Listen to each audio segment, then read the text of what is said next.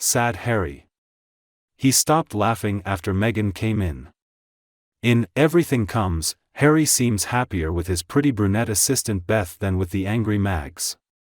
Hello everyone. Welcome to our Princess Diana News YouTube channel. I think it's time to tell Harry Smyer to go to the bathroom.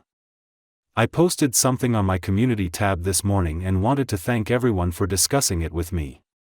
Obviously I agree with you all. Harry immediately looks miserable every time Meghan is around. I wonder who is trapped now. Well, I guess it's obviously Harry.as another person said. Harry was just having a great time. He just wanted to have some fun. Then along comes the idiot he married. I've told everyone what to do. It didn't take long for Harry's scowl to return, didn't it? It looked like the snake had caught Harry again. She hugged him so tightly that it took her life away from him. Harry was upset because he realized he had intervened too quickly when meeting Meghan. He didn't say they hadn't known each other long enough. He couldn't see her beautiful face, even though her face wasn't that beautiful. They advised him to take his time and slow down the work. He heard it from King Charles, from his brother Prince William, from the late Queen, and even from Earl Charles Spencer. But Harry didn't listen to anyone's advice. He thought he knew better.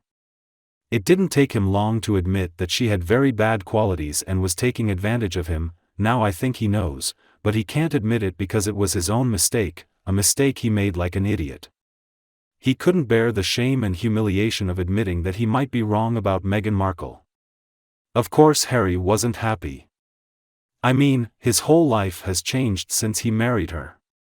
He is distant from his family in every way. He is far from his old home, the only home he has ever known, from his former friends.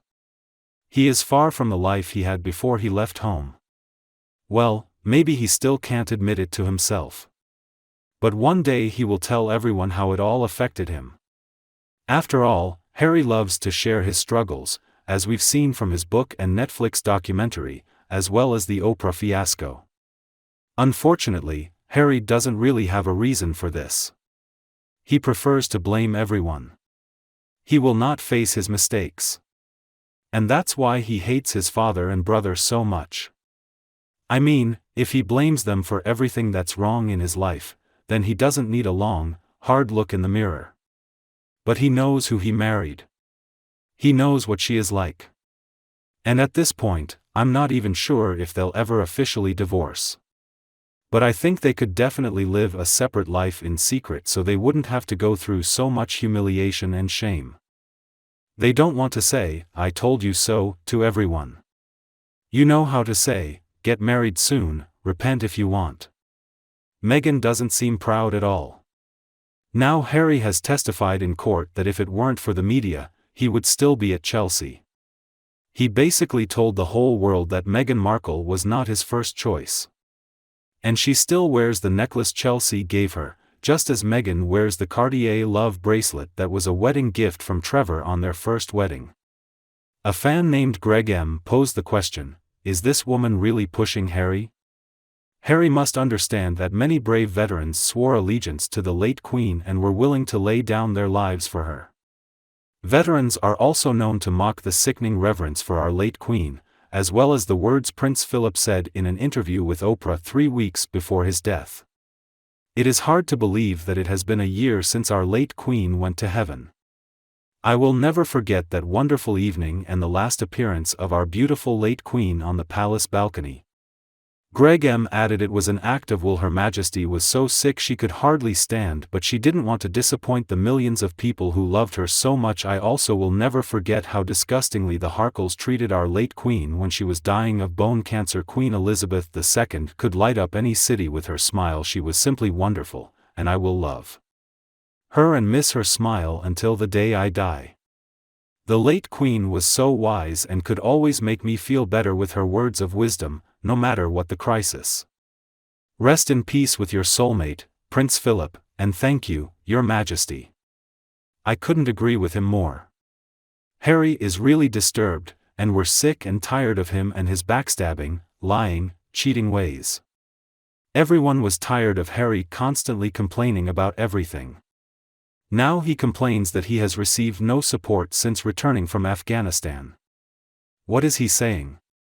With so much money and so many people around, I don't understand how he can say he has no one. Chapter. Will he stop sharing those pitiful stories about me that no one wants to hear, until Harry actually starts listening to what his therapist is telling him and making the necessary changes? He's wasting his money. Treatment is now a two-way street. If a person is unwilling to correct himself, a psychotherapist cannot correct him. Chapter. This takes work. But Harry still wants everyone to be on his side. Oh, Harry, that would never happen. Everyone is just tired of you. And a fan named Paula explained that Harry was at odds with people who can't face or deal with reality. Harry is unaware of his pathological behavior, which is intent on creating deep emotional wounds in his family.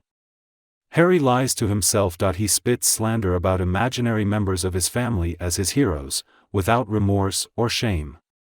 Harry is persona non grata who doesn't know why, or rather, isn't interested in knowing why.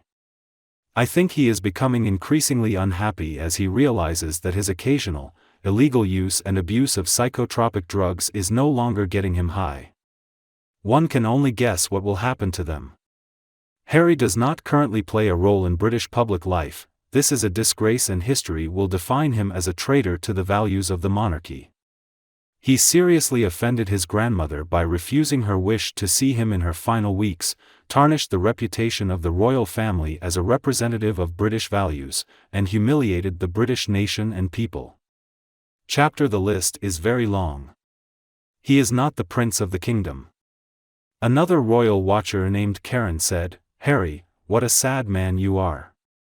You have revealed yourself to be an addict, a person unable to tell the truth, a fantasist, a mind completely messed up by mental health issues, a person who has abandoned your entire family, including your late grandparents, you, your father, your mother-in-law, the law, your brothers, and your sisters. In-laws, pushed against the wall with impunity, dragging even your young nieces and nephews into his child-rearing morals. Since I took drugs, it has nothing to do with my life.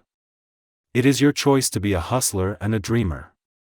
Manage your chaotic mind and mental health issues on your own terms.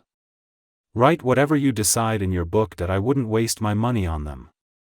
Karen said, "I can deal with your attitude towards Britain and even the media, but your attitude towards the people of this country and your attack on your family is inexcusable. You are not a shining example of a place in life for others, let alone children, who are easily influenced. You have certainly become a disgrace to the charities you are associated with.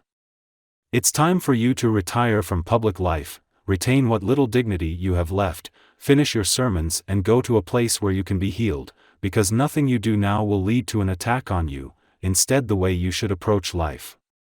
The world owes you nothing, not a penny, not a penny, not a euro, not any other monetary value.